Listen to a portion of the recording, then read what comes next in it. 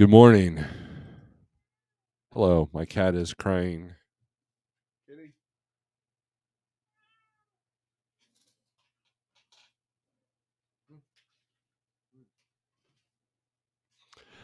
Oh man, it's like a zoo around here.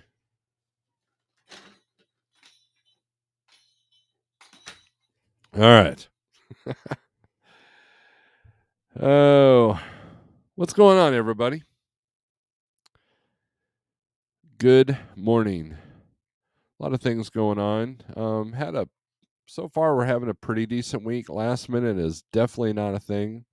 There's an article I read this morning on LinkedIn. You guys remember that platform, LinkedIn? Um, I think it's a great resource. I've recently I started a LinkedIn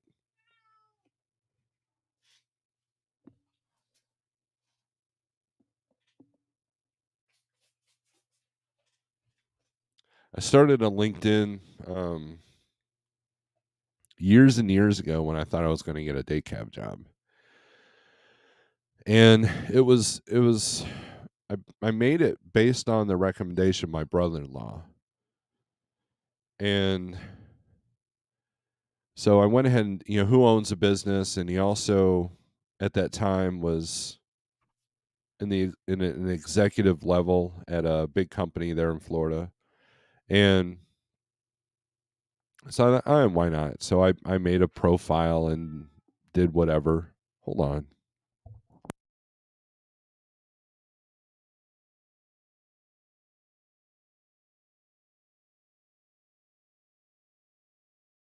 on. All right. So I went ahead and made it, and so I had opened an old email up, and old email account that I have. It's and it said your LinkedIn profile was looked at by so and so. I'm like, huh, interesting. So and then CDN's been telling me about how LinkedIn is a great resource. So I went ahead and updated my profile, and I like the fact that I can see the people that even look at me, and I that was kind of neat. So, and I have quite a few friends that are in there, so I kind of started that because if you're going to do any social media, that'd be one to do because it allows you access to people that you normally wouldn't have access to. So there's a level of professionalism that you have to put out there if you want to try to um if you don't if you're trying to build a business, whether it be a carrier, a brokerage, a trucking company, which I guess that's what a carrier is, dispatch service, regardless, whatever you want to build, it could be a coffee shop, could be a record store. So I thought, well, this is a great. So I've revisited LinkedIn and I'm kind of enjoying it. But there's an article that I found on there that I will put up here that I thought was interesting, and we'll put that up here in a second. Okay, let's see. Nomadic Brit first. Good morning. This tour live. What's up, Jason? Hot seat. I'm here for it.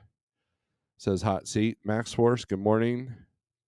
Jerome. Good morning, Snorelord and everyone. Spectre. What's up? Heading to Chicago. Let's see. Desert Pam. What's up? CDN. Good morning, Steve. Happy Wednesday to you. Thank you. Why not? So my support sleep is overrated. This LTL reefer game is tough. I bet, but you're getting the bucks though. So that's that's uh that's important. I mean, if you're going to work, you might as well get paid for it, right? Just got unloaded, old school. Good deal.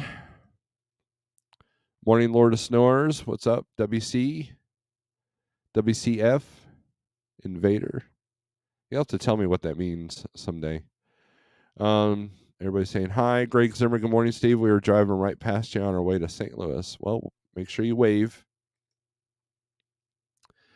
Good morning from Lenoir, North Carolina. Picking up and heading to Texas today. Good deal, because there was a chart that I saw yesterday on the DAT that was pretty promising about Texas, which I've actually been seeing. I've only utilized Texas once in the last few weeks. So Let's see, CPAP trucker, what's up? Texas is a perfect example of how the market can change, because this past year, even with some of the downturn, Atlanta and Dallas and Houston have become hot markets. Like Texas got so hot that they weren't paying you to go in, which was dumb. Then there was that transition period where they weren't paying you to go in and they weren't paying you to get out. So you have to really know your lane that you're going into, um, to make a really good assessment of whether it's worth it or not. So, um, but it's constantly changing. That's kind of, and this article I'm going to read you guys is something else that's going to change the dynamics of the situation. Big Tail, good morning. Nomadic Brit, he is one hardworking guy. Yes, he knows that. I think he knows that.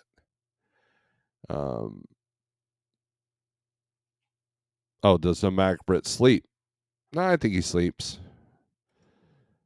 Steve Areno, sorry if you don't dig it. Um, that doesn't bother me. I've been called worse. So look at that Asian Mai. Look at Mother Truckers in the house. Nice. Good morning. That surprises me that I'm on the radar there. I figured you're so busy that my little channel doesn't interest, you know. I think that's cool. Thank you. Dude, Alex is such an awesome dude. I've met him many times. We once did a live feed with 6 people in Provost's truck on Pale Rider's channel. That was, and Jason was there. Jason was in that. This tour live, he was in there. So good to see you. What's JB's rates for Worcester, Mass, back to Ohio or Chicago, or if you have the JB board? We can look at that, Jason. We'll do that here real quick. Brian, I see you have a unit in my gravy. What? What the hell does that mean? That's funny. All right, yeah, Jason, we'll do that. Well, I got to get on this phone here. You look for power only?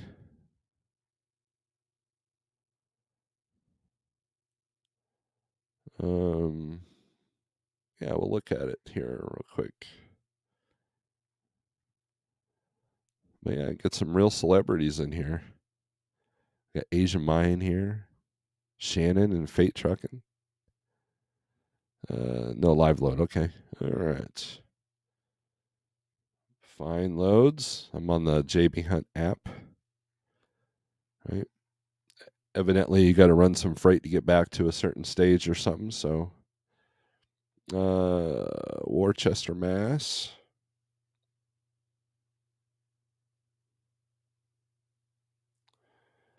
Going to Chicago, right? We'll do Chicago. We'll do a 300-mile radius of Chicago. That should cover quite a bit. All right, so we'll do 150 miles of Massachusetts, and we'll do 250 around Chicago, drive in, find loads. For when? Today?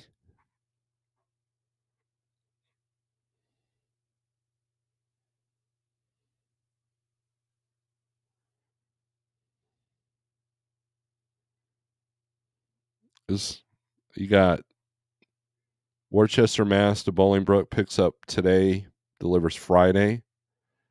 The book now is 947. So there's that. So what do they got that on? Oh, they don't even have the book now on that one. Let's see. Norton, Mass to North Vernon, Indiana. 1,400 for that on the book now price. There's a few of those. There's quite a few of those. So I don't know what the looks like. It's a Lowe's in North Vernon, Indiana.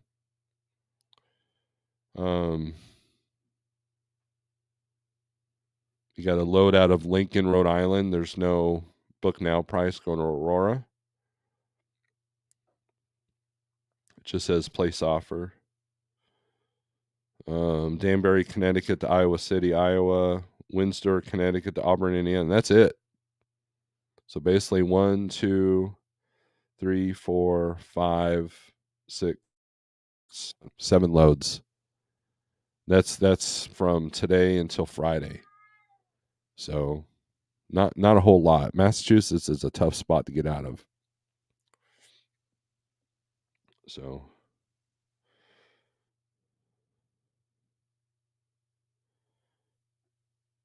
you want me to help you find something? I can help you find something. If you want to call me after this, yeah, there's not much. And look, let's look at the lane rate on DAT on that one.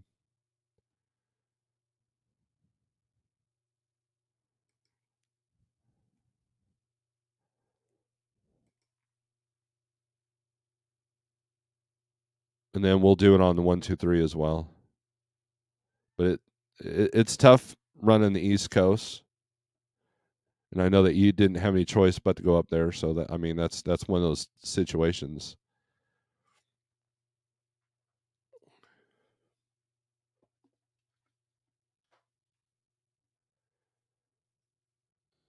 Let's look here. Look at Jason throwing a wrench in my whole life feed. Just kidding. What I do. All right.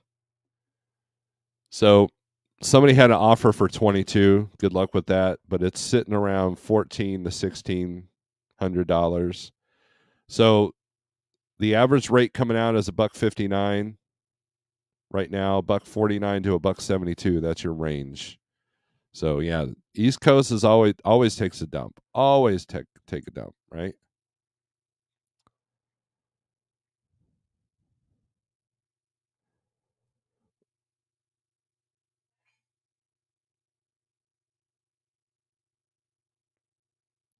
Oh, your truck just pulled in? One of our trucks? I don't think I have a truck. I don't think any of my personal trucks that I'm dispatching is in Indy. Let me look here. Now I know what you mean, Brian. Well, there's nobody in Indy. Where are you at?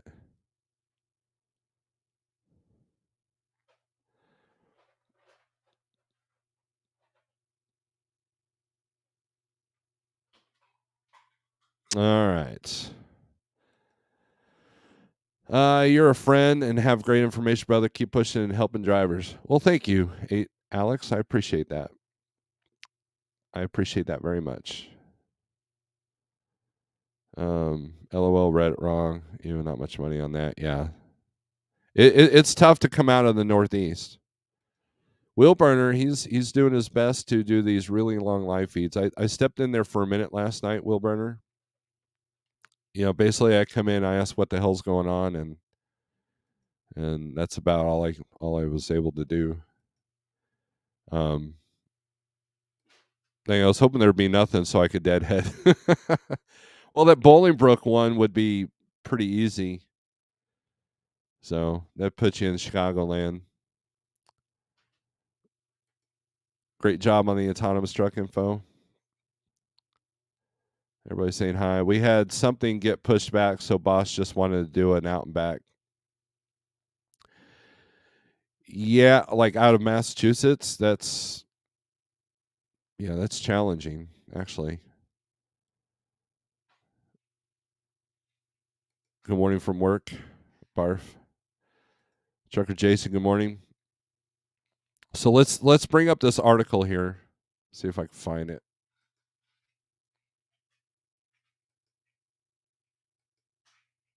I'll put it up on the screen.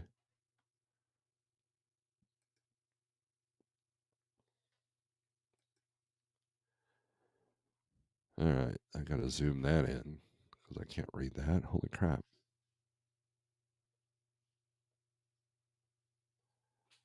If I put my glass on, it glares against the screens, and that's kind of annoying to me. So, all right, share the screen.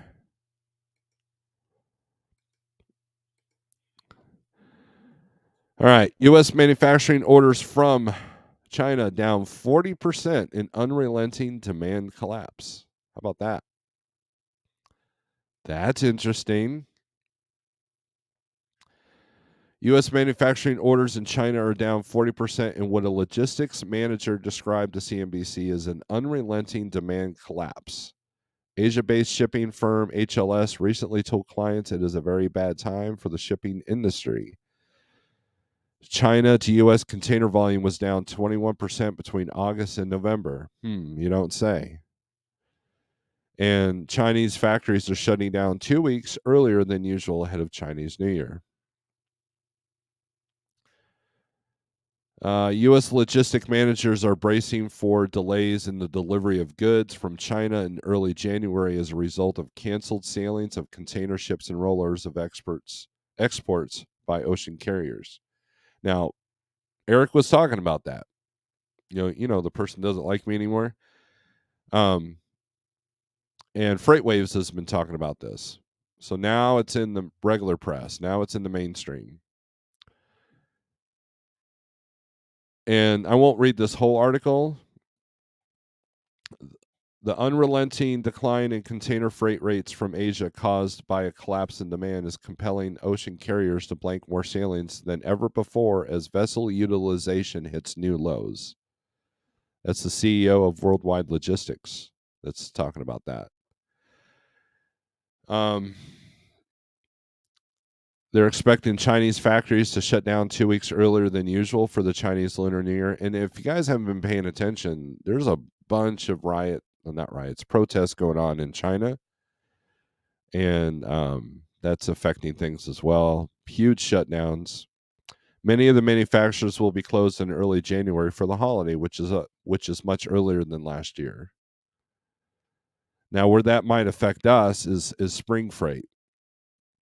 So that could get interesting. Supply chain research firm Project 44, which that's the tracking app that the brokers want you to put on your phone. So they have a lot of data. After reaching record-breaking levels of trade during the pandemic lockdowns, vessel 20-foot equivalent unit volume from China to the U.S. has significantly pulled back since the end of summer 2022, including a decline of 21% in total vessel container volume between August and November. You don't say. Now here's where it gets interesting. This is not all bad news and I'll tell you why. It seems to be a very bad time for the shipping industry. We have a combination of declining demands and overcapacity as new tonnage enters the market, it wrote. They're expecting 2.5 decline in container volumes and a nearly 5 to 6% increase in capacity of 2023, which will continue to negatively impact freight rates in 2023. The container shipping market will be further complicated by economic uncertainty, geopolitical concerns, and also the increasingly heated market competition. Now, West Coast takes the biggest hit. And they also talk about how Japan and Vietnam are taking up the slack for a lot of this. So let me put the link to this article because I'm not reading this whole thing because I'm not that guy. You can read it for yourself. So just know that and so will it affect you? Well, if you're sitting there, well, I'm not on Sparkman, this won't affect me. Yeah, this is the whole thing. This is the whole shebang, right? Because we import everything now. We even import our fresh meat, right? I know people that are bringing fresh chicken down to Mexico and then bringing frozen processed chicken back up. We don't even process our own meat anymore, it seems like. There's been a rise in COVID lockdowns, continues the impact of manufacturing operations and delay cargo outputs. There are also local access obstacles for cross province and cross city transportation, mostly related to truck driver testing requirements, with trucking capacity to be largely affected. So basically, the gist is this: it's all messed up. It's going to get worse as far as, and so we're finding ways to get away from that. So what that does, what does that mean for us as truck drivers? Well, it at least changes the dynamics of the situation that we're in, probably negatively. So that's kind of, that's something that you have to consider. So I put the link if you want to click on that link and then watch, put it later. So read it later.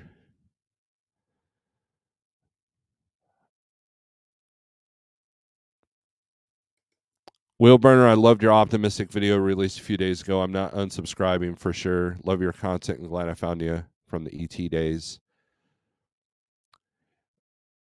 We need more positivity out here because, as Eric pointed out in his newest video that he put out this morning, echo chambers are a thing. And so if we can put out positive content, I think that helps, because this is kind of a cesspool, this whole social media thing.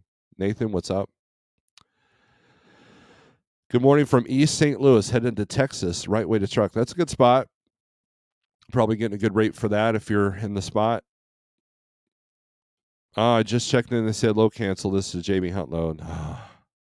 They're one of the worst ones to communicate with once a load's canceled. Good morning, Trucking Master. Thanks for your insight. Helps more than you know. Carl, I appreciate that. Thank you. Chucky, what's up? Here we go again. It says SST, right? Sorry to hear that, Shannon.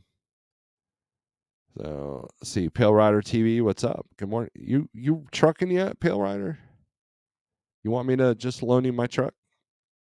I'll put you in my truck and you could be with Like Trucking. I'm so desperate.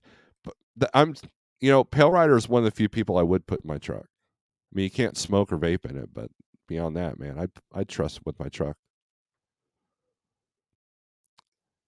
You're so desperate, you're running Folgers, Louisiana to New York. Wow.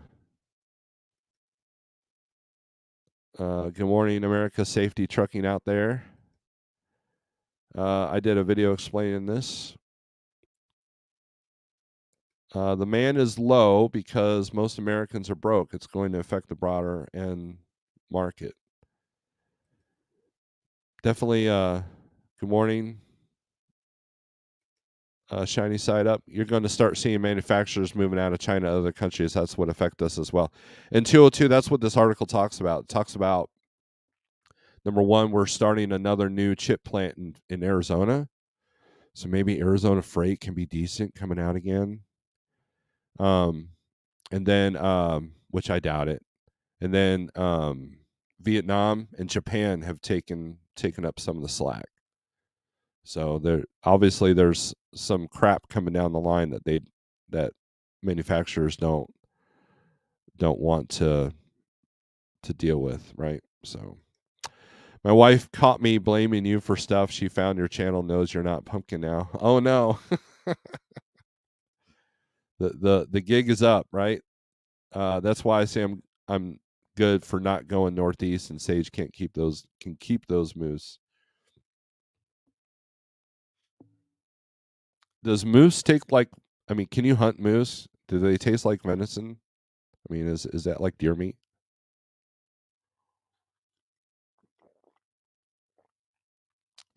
I mean, you have to have a forklift to even move a moose if you take one down. I don't know how that all works.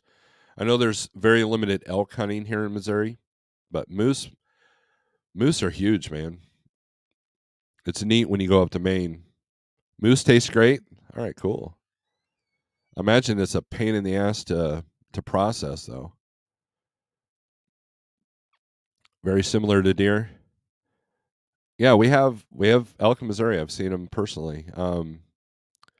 Smooth. We have what they did is the elk population has come up, so there's a limited county area. It's I think it's around the Mark Twain Forest area, and you have to pay like big bucks to be on this lottery, and and then you have to be chosen to the just to hunt. Then if you know, so they're obviously the elk population is doing fairly good. I think it's also strong in Arkansas. So I know people that will go down to Arkansas just to hunt elk.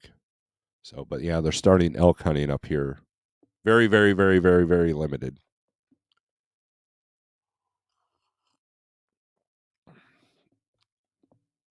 Yeah, nothing Winnie knows the gist.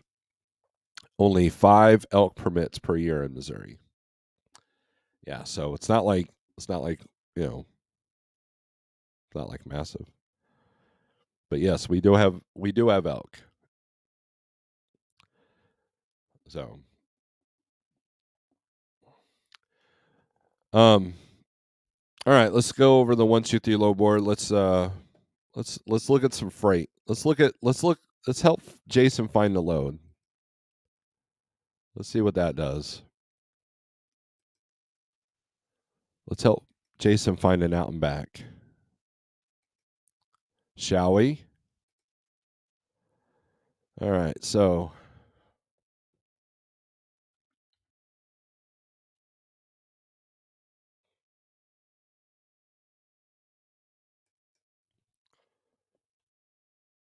actually, instead of doing that, let's do states. Let's do doink, doink, doink. And we'll even throw Michigan in there. You can do certain states, you can do regions. So that's kind of cool. And to pick up today, tomorrow, and Friday, holy moly. This is what you're dealing with, Jason. Ready? This is why JB feels the need to post stuff for like half of what the lane value is. No loads available. So there you are, Jason. You're screwed. That's Illinois, Indiana, Michigan, Ohio. Oh, this is power only. Okay, so we got to do that. We got to fix that. If you were power only, you'd be screwed. But no, we've got a van here, so let's do this.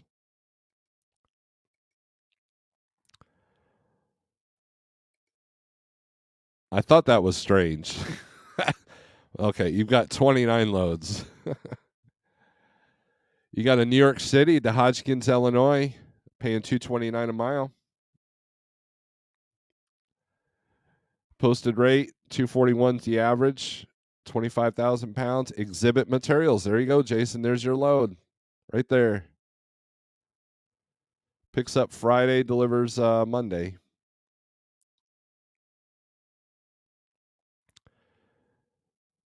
Let's see. So you know you're going. I mean, that's nothing for Jason. I mean, he's a tour driver, so I mean he's probably been in some. He's probably been the Madison Square Garden in the truck. Let's see. Everything's come out like here's another one. Brooklyn to Romulus, Michigan. Picks up today. Yep, picks up today. 41,000 pounds. Kirsch has got that. Picks up at 1 o'clock. Delivers tomorrow at 5:30 p.m. for 615 miles.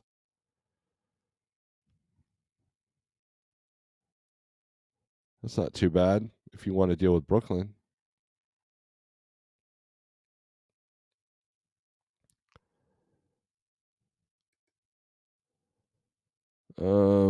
That's Kirsch that's got that. I've dealt with them. No issues with them. Let's see. Let's do the highest rate. Let's see what that one looks like. Oh, Oh, that one out of New York City. Here's one in Rhode Island, 46 miles away, Jason, going to Addison, Illinois. Less rate per mile, but man, less deadhead. But I will say this, JB Hunt does post on the 123 low board, and I don't see any of their postings here. None. I wish they had one so I can like click on it and show you that you can look at only JB Hunt loads if you wanted to. So, anyways, Jason, that's what you're dealing with if you're still in here. No, I'm not talking to you, trucker Jason. This tour life, his name's Jason as well. I've known him since before he was a tour guy. So I don't gotta. You don't want to go anywhere near New York City, Jason?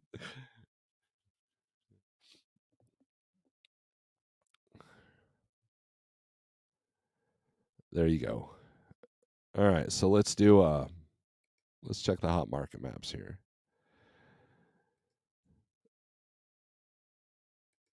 All right, let's do power only first. There you go.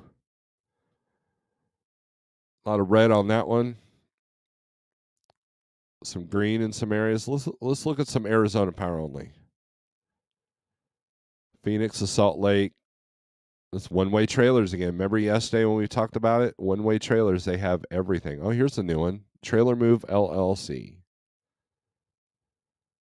Power only, 53-foot dry van swing door load out. It's a 2021 trailer, so this is probably a lease where they just need it repositioned. They are approved by Thunder Funding. They got, oh man, look at their credit score on Trans Credit, 79, 36 days to pay, 35. So I would see why their credit score is so low, if you're going to do this.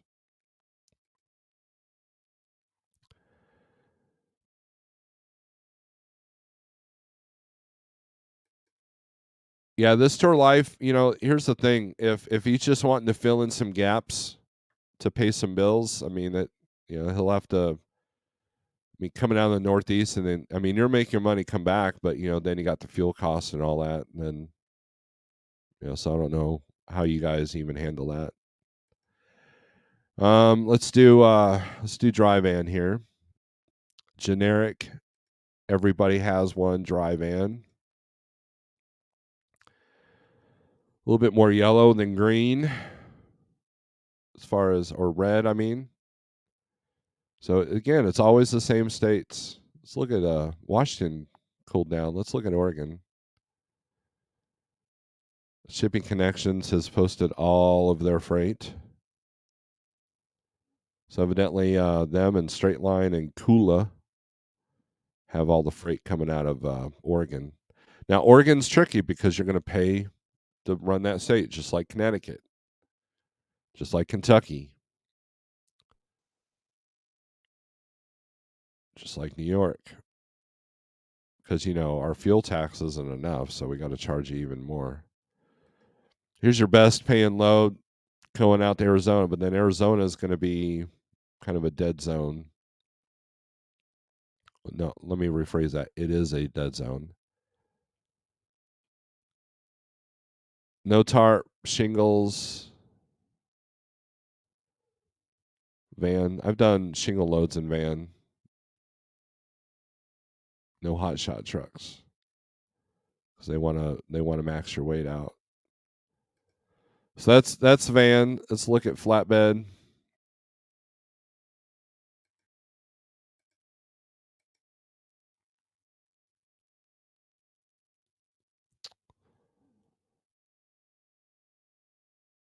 Kind of sporadic, isn't it?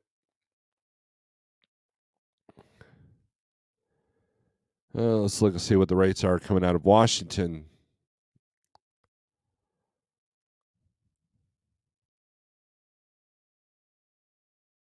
$220 loads in the whole state of Washington.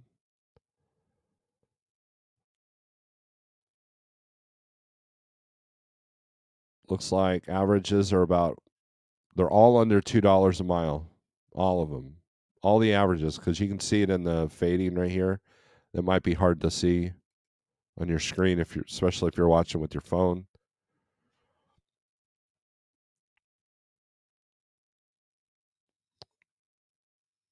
All the posted rates. Let's see. Here's one. Another one going to Phoenix. They're right at the average. So the average is at $1.80. They're right at $1.79. But then look at Phoenix. There's literally 4 loads on the 123 load board coming out of Phoenix, going anywhere.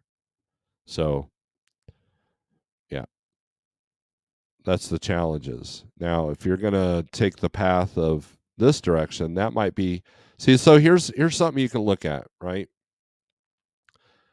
Your most consistent lanes. You know, you don't want to like do this to this, you know, then you're going to take a hit. So you might do a triangle. You might do a big banger from here to here, and then try to do a big banger from here to here. But, you know, now you're using up your hours, you know, now you're driving through Oregon, you know, and now you're paying for the fuel if you're coming up and down I-5, which usually that's how you got to utilize the hit coming out of the West Coast, is you got to go down to Southern Cal and then go across. But with the article I just posted earlier, that's fixing to probably change those dynamics.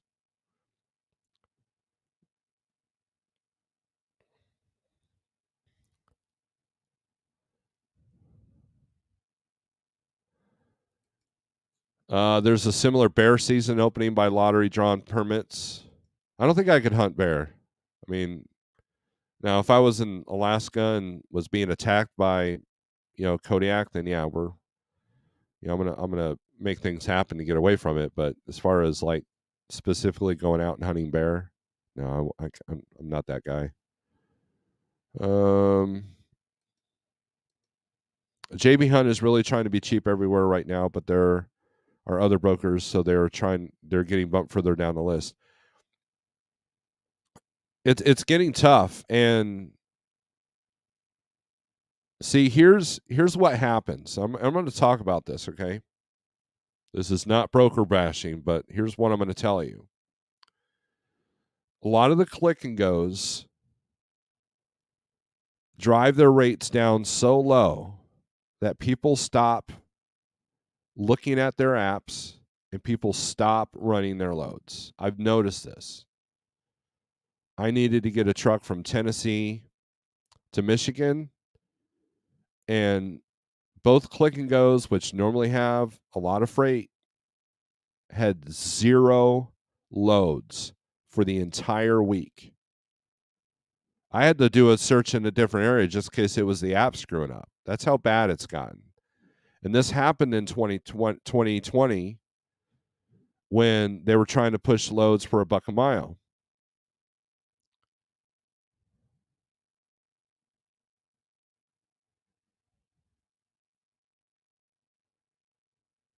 And Big Rixie, I've seen you shoot. You're funny. And so what happens is they lose their capacity. And so now they lose a lot of the freight that they were moving. JB Hunt's different because if they don't move it on the spot, they got contractors, they got power only dependent people, and they have their own company trucks that can move that freight. Same thing with Schneider. Schneider is like, well, I guess we can't move this on the spot, so we'll have to put a company guy on it, you know, because how many times I've called Schneider on several loads. There's one gal who, and some of you have probably talked to this same chick.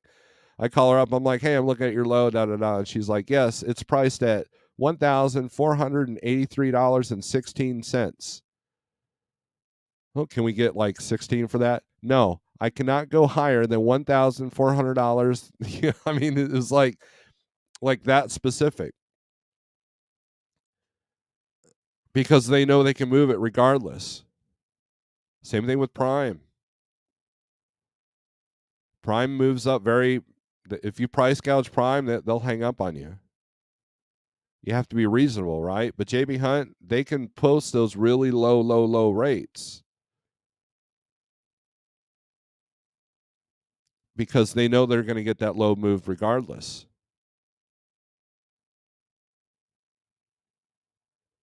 I've literally had them flat out tell me on the phone, "We will get this moved. Thank you for your time." On loads that I moved for the same amount that I was asking for a month ago.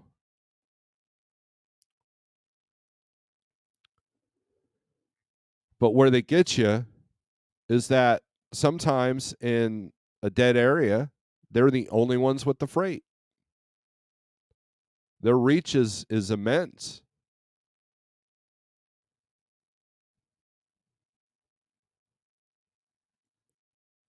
And so there's a mental game part of that too. They'll sit there and like, well, we'll post this really low.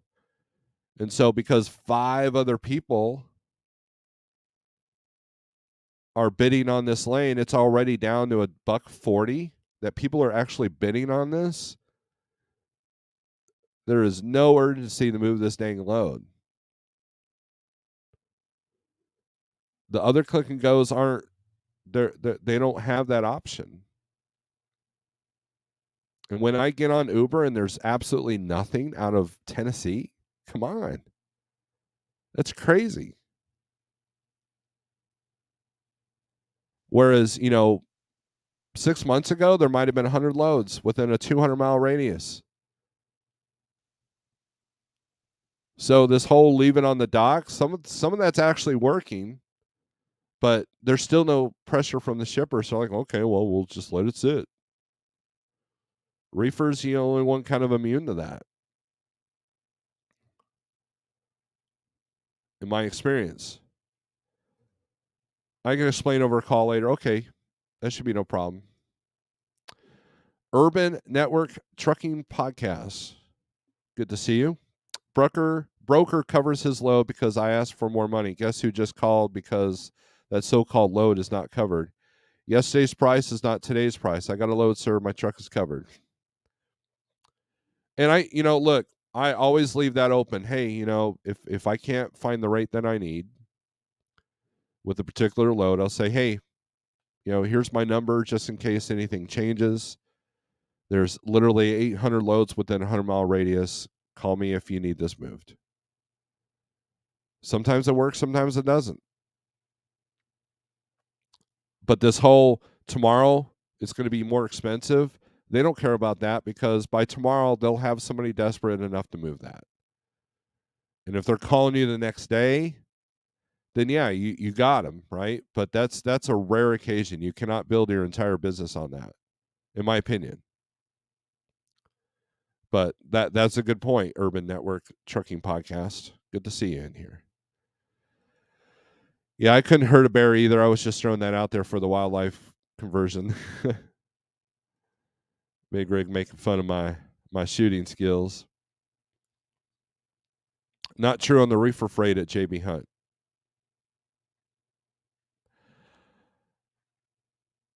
Produce can't just sit Laredo to Memphis 360 mile, right? So I mean, and that's where that's the urgency, right? That's the leverage you want is to move freight that can't sit on the dock. Because that whole fallback, well, I'll just park my truck, that stuff can sit there and rot on that dock. Well, guess what? And everybody's like, well, if all of us stand up and do that, no, that's not going to help. Because there are companies that will gladly take that for $1 a mile because they got something better than you to go back out with. So that doesn't work.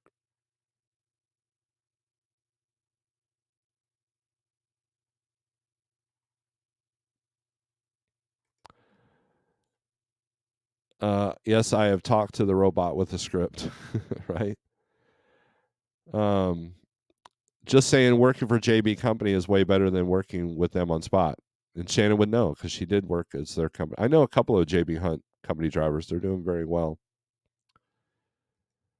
Okay, I already read that.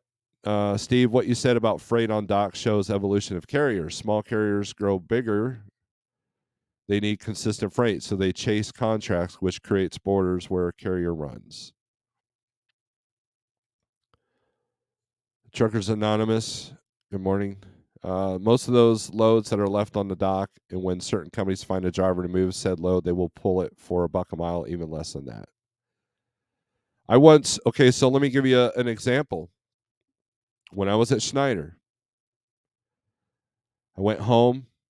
I had to give up my trailer. This is when I learned that. This is before I really learned how to utilize the trailer pool. And so I had a choice when I booked my next load, that I could book a load and hope that I can find a trailer and not be late for said load, or there were dropped loaded trailers in Lowell, Arkansas. Schneider has a drop lot in there. And there was a load paying 87 cents a mile. And no, I think it was $1.12, but after the deadhead, it came out to 87 all miles, right? But but it was an easy run, and it got me a trailer. So guess what? I took it. I deadheaded from here to Lowell, picked up the load, delivered it in Bentonville, or maybe Joplin, delivered that live load, and then I had a trailer. Now I could book the rest of my week. Right? So you don't know the circumstances. The company drivers can't afford to sit. Think about this. If you're a company driver watching this, hold on a second. If you're a company driver watching this, and your boss calls you and says, "Hey, I'm pissed off at these rates. I want you to just sit. I just want you to sit. We're not moving any freight today." What would be the first words out of your mouth, or what should be the first words out of your mouth? How much you going to pay me to sit? Right? How do you think the labor unions get people to strike? They pay them to strike. They pay them to shut down. They pay them to go out there with their signs.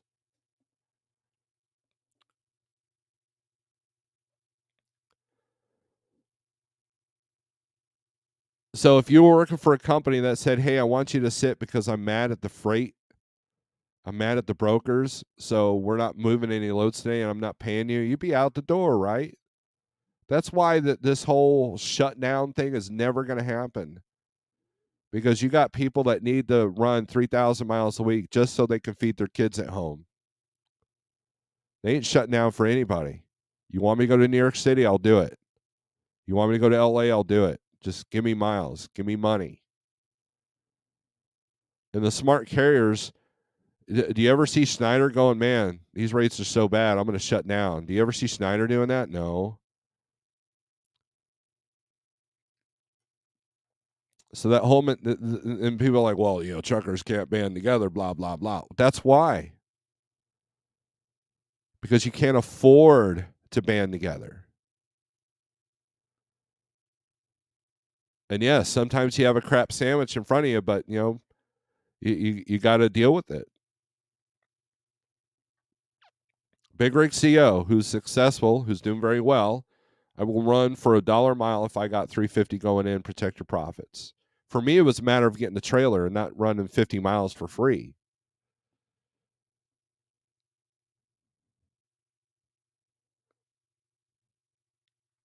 So that's why I did that. And that's when I learned that, well, I need to manipulate the trailer pool to my advantage. So I had tricks to that I can't put out here because it goes against Schneider policy. It wasn't illegal or nothing. I just, I kept empty trailers longer than I should have.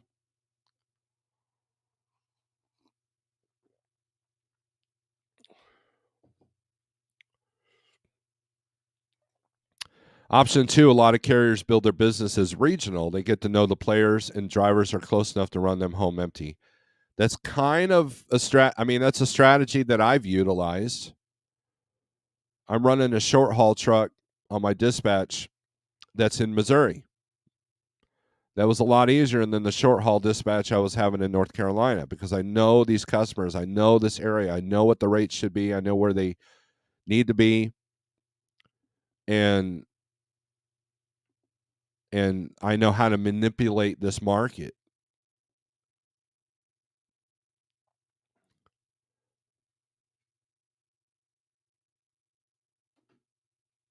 And that's key.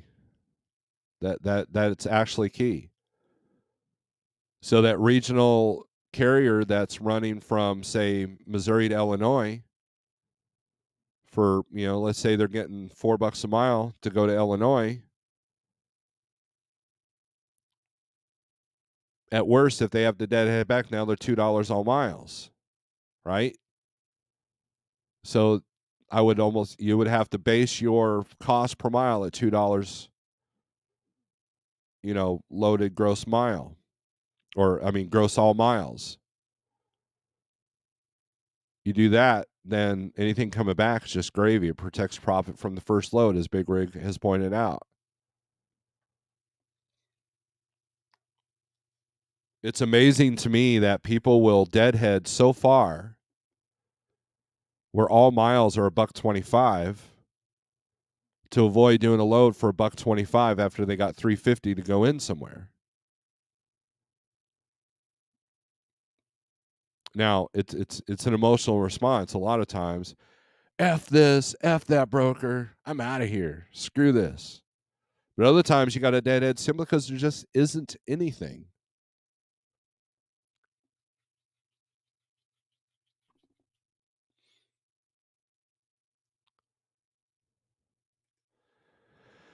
FYI, the hurricane hit Florida orange numbers so hard they're importing oranges from Mexico to Florida. That's interesting. Lots of owner ops will go home for the rest of the year by the 15th, causing a reduction in capacity and look for a rate spike after the 15th across all modes. I agree with that wholeheartedly because I know carrier owners that have their own trucks that hardly run them except for the last 2 to 3 weeks of the year. I don't see myself running a load I think Jeff might need a trailer moved up to Kansas City before the end of the year, but that's about all I'm doing. Good morning. Axle Logistics offered me $345 to go from Lakeland to Atlanta with 20 hours on the load.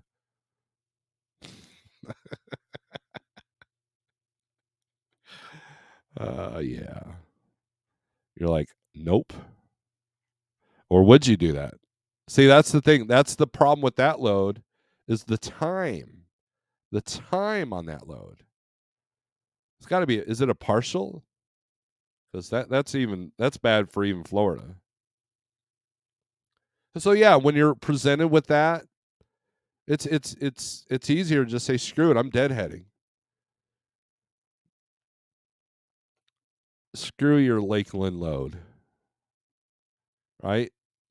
But if that was like a 6-hour run and there's a good paying load coming out of Atlanta, then yeah, that's a good. But 20 hours, no, that must be the transit time.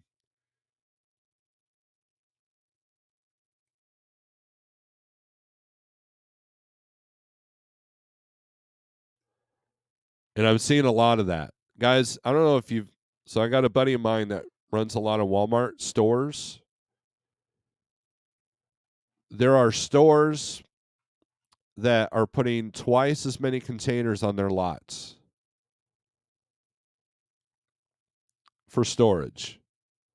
There are Walmart stores, and I've seen them personally, that are actually taking a part of the store and turning it into a warehouse. And there are some that are actually building a small, tiny warehouse on the parking lot.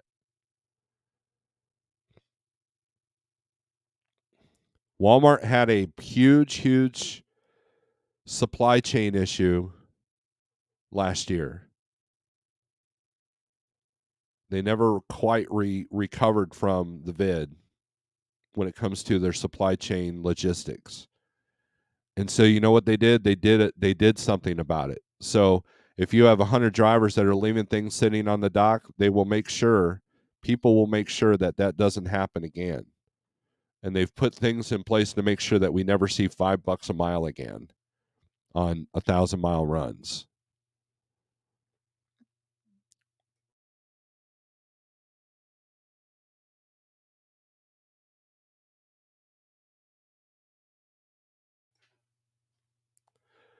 So you have to account for that.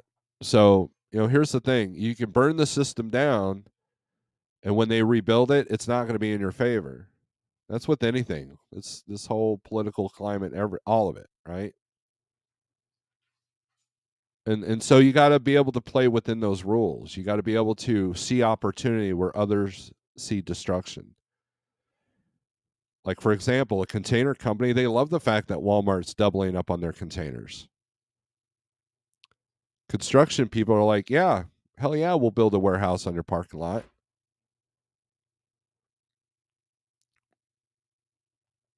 So you have to see opportunity where others see failure.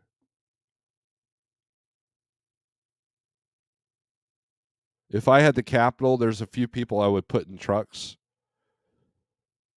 um, to fulfill it, the fulfill a need that to find a truck for a reasonable price. You know, but right now I don't have enough capital and there's too much risk. This makes no sense. If you follow supply and demand, if supply is high, why are prices not going down to sell?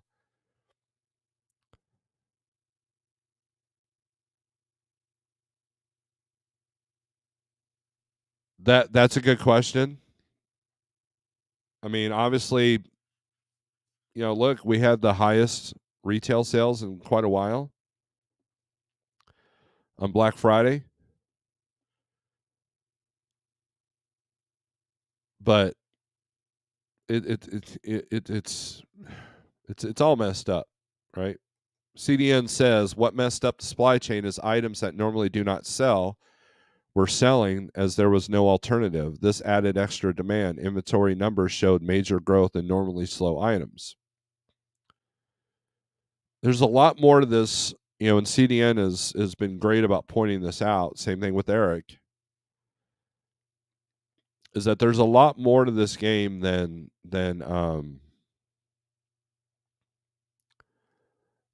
we even fully realize. Like that article I posted and read.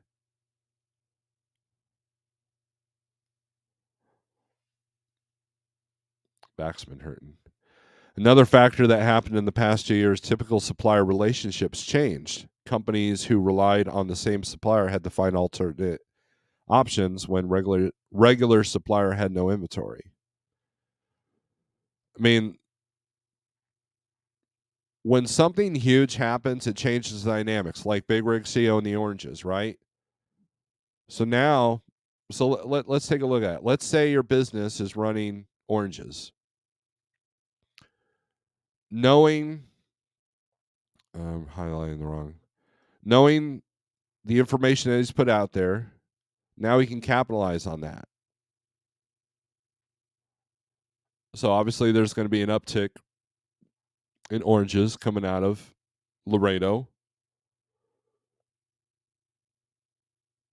Corpus Christi.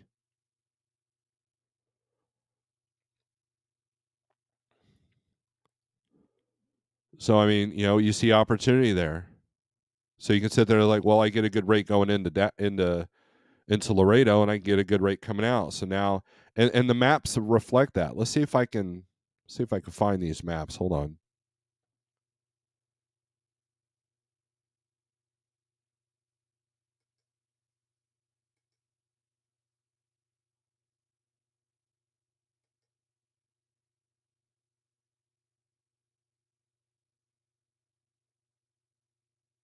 Yep, there it is. Okay,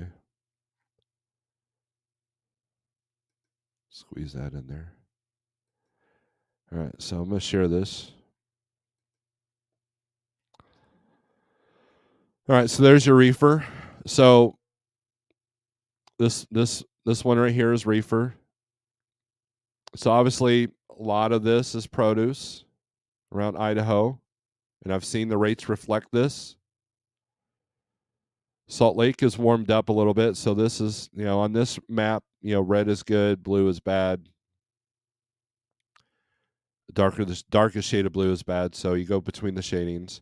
But then look how spotty it is up here. Kansas City market's better than Southwest Missouri, but that Northeast Oklahoma is actually hotter than Missouri, which that's strange to me. So you have to figure out why. But look at Texas, and then look over here in Laredo or Brownstown. I think that's where that is. So that whole area, and then Houston. Now, if you're a reefer, look at Maine. Eric, tell us, you live up there. What's that about?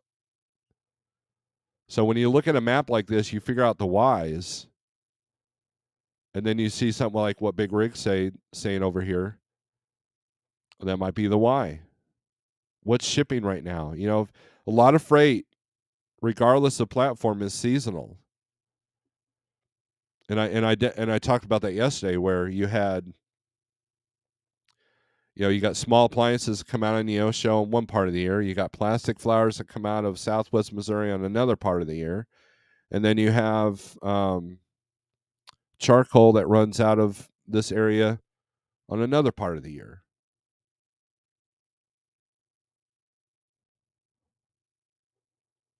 And if you're step deck, get some ramps, because equipment's about to go through the roof next year.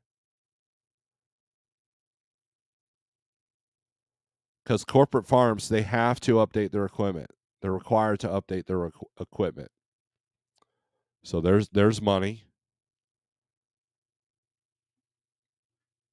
Find the broker that has that. If the economy rebounds, then luxury items like campers and boats will start shipping again. And the only reason why some luxury items last as long as they have now is because of the high demand and low supply. So they're just fulfilling orders at this point. And so I found the broker that has equipment that's on back order that the dealerships are begging for, and I've made a lot of money that way.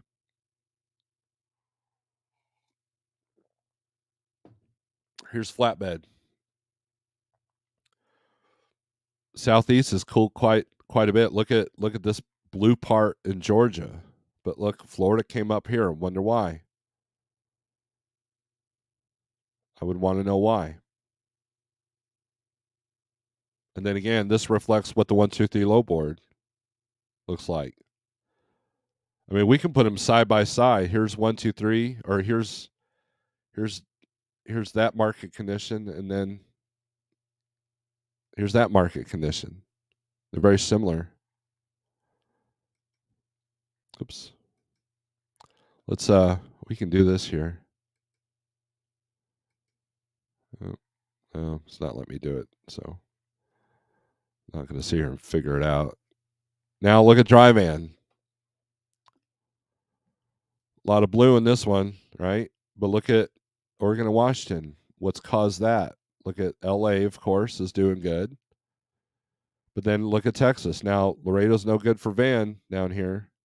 Houston's cooled down.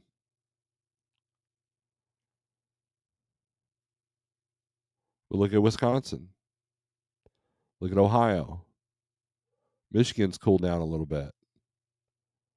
Now, here's where people say, well, you can't rely on this information. Well, I don't rely on this information. It's not my Bible, but check this out. This area of Tennessee, the rates don't reflect this. Not yet. But you pick two red spots and you bounce in between them.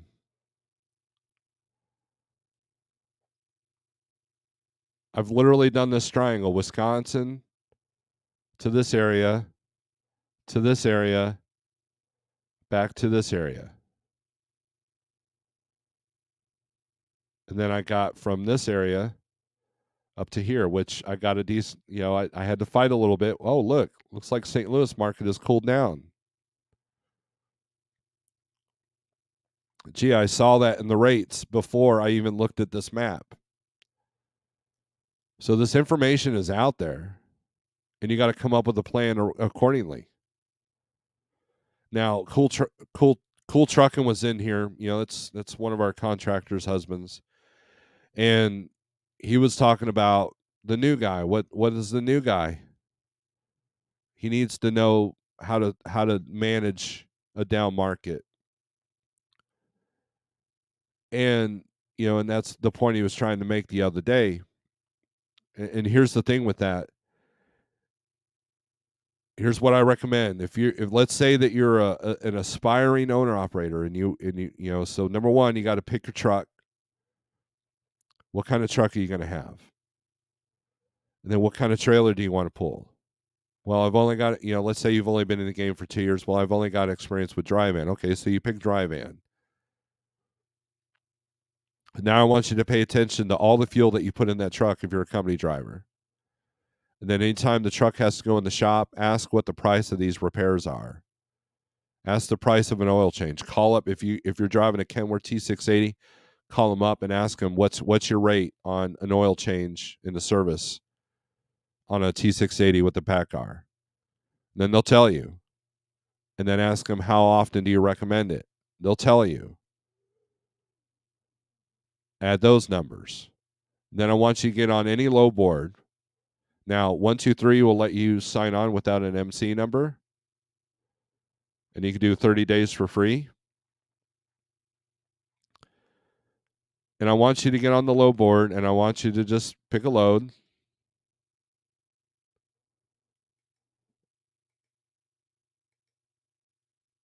And run it as far as like a mock load. Let's say you've got no negotiating skills. So you just pick the highest rate per mile.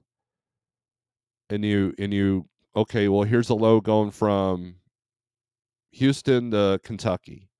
So you go down here, you click on okay, Kentucky back to Texas, or let's do Kentucky to anywhere. What's the highest rate per mile? Or highest rate? Oh, here's one for 6,400 going to California. Holy crap. That's pretty good. And then run that. And then come down here and look. And then figure out your fuel mileage. Figure out your fuel mileage at 6 miles per gallon, all miles. That'll give you some cushion just in case you're able to get seven or 8 or 9. Okay. And then look at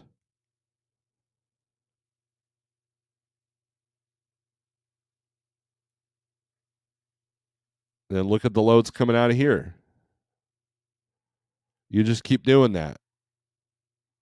And so you're going to ask yourself, is this profitable if I run these loads?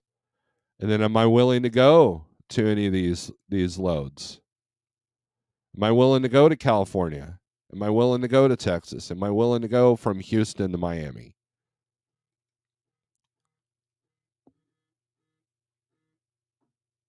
Man, 8:00, my YouTube notifications just went bonkers. So, I mean, these are the things you got to keep in mind. And so once you do the mock numbers, compare that to what you make now as a company driver. Can you support your family off that? Can you pay your bills off that?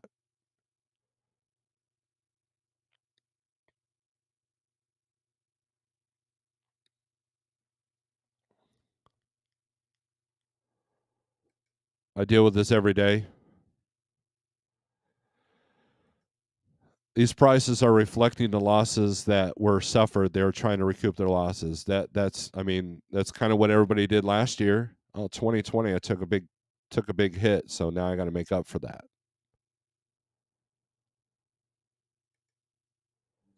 Look at the TP issue. The shortage of TP was partly because of scare tactics, but also the manufacturer typically produced big rolls for business and schools, then the demand for home small rolls. Yeah, it kind of screwed everything up. You're right. I believe that SST inflation is tough. Christmas wreaths. Oh, coming out of Maine. Okay.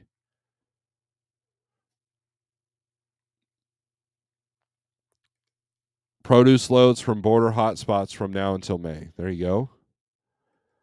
Increased, and the manufacturer got behind because of having to switch lines over. Then they caught up. Right. Laredo van all paying $2 plus. So that's good. JF Trucker, good morning. Getting ready for work, listening in. Minute Maid OJ is imported from Brazil in tanker containers. Tropicana does the same thing. I visited family in Florida not too long ago, and they told us about the orange industry, the citrus industry in Florida, and it's not like it was 100 years ago. A lot of stuff is being imported. A lot, they took down a lot of orange groves because they can make more money putting up subdivisions and convenience stores. Because those don't get killed off with the frost, right? Furthermore, as a company driver, have a notebook and a track all fuel purchase. Write down oil changes and your repairs, even if you don't cost. Write down what was done. You can call shops for estimates. Summary: as a company driver, you may not know what loads are paying, but you can do your best to learn the cost to run the truck you drive, right? And that's what I told Bill. I said, look, this is what we tell people that are that just bought a truck a year ago and are struggling right now. But I guarantee that 90% of the people that bought a truck did not do the math. I didn't when I bought my first truck. All I did was look at the gross number of the company I was going to. Man, I can make $3 a mile. Hell yeah. And by some miracle, I survived that reality check. So, but anyways, guys, I'm going to get off of here. I got work I got to do. I appreciate everybody coming in. I appreciate the new members that I've acquired. I appreciate the super chats. There will be some, the wife and I were talking about this morning. There will be some member only content, and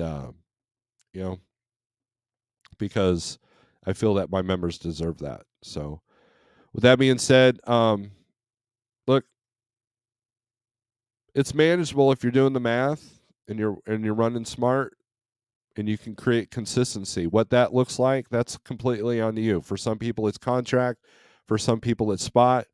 For most people, it's a combination. And if you're doing the highest rate per mile, no matter where it's going in the country, and you're at any time, anywhere, you're still making money right now. Fuel prices have gone down, and we can sit there and say, well, they're going to go up in January, they're going to go up in February. Okay, well, if that's the case, you better be running now. Make hay while the sun shines. And that's where these doom and gloom apocalypse now kind of YouTubing is really kind of, or any kind of social media is detrimental, because if it clouds your judgment, if it has you approaching things with fear, then that's probably not a good thing for you.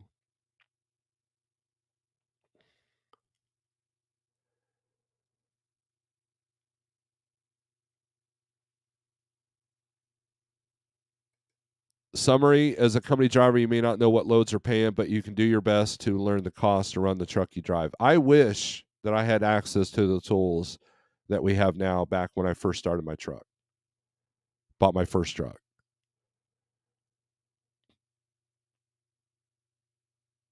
And I have people call me, and I sit there and I listen to their story. I'm like, I don't know how you're making it. And there's always going to be a time where you're going to take a loss. There's always going to be a time, regardless of the market, that you're going to you're not going to make any money for a minute. You could be in the best market that we've ever had and blow your engine.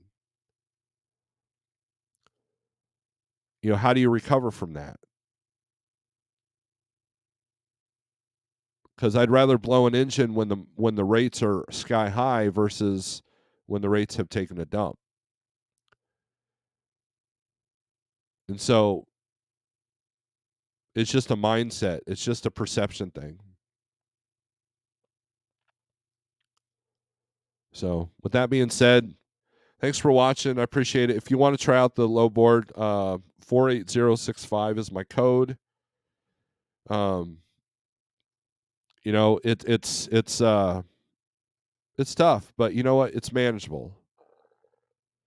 And you know, it's weird how prices of fuel dropped after an election. Yeah, so I mean, it kind of blows that theory all to hell, right? That fuel price is always lower before an election and then increase after an election. Well, I mean, there's so many different dynamics going on when it comes to the logistics, supply and demand, that and that was the worst thing that the vid did for us, was that it created these new dynamics that were kind of hard to pinpoint of what to do and what not to do, right?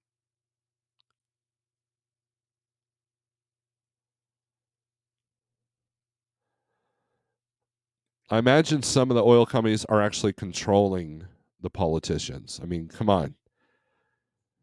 How are campaigns funded? By the rich, right? So of course it's not going to be in the poor man's favor. So, what's up, T-Bone? All right, well, I got to take this call. I will talk to you guys later. Peace. Oh, wait, hold on. Strength for today, hope for tomorrow. Later.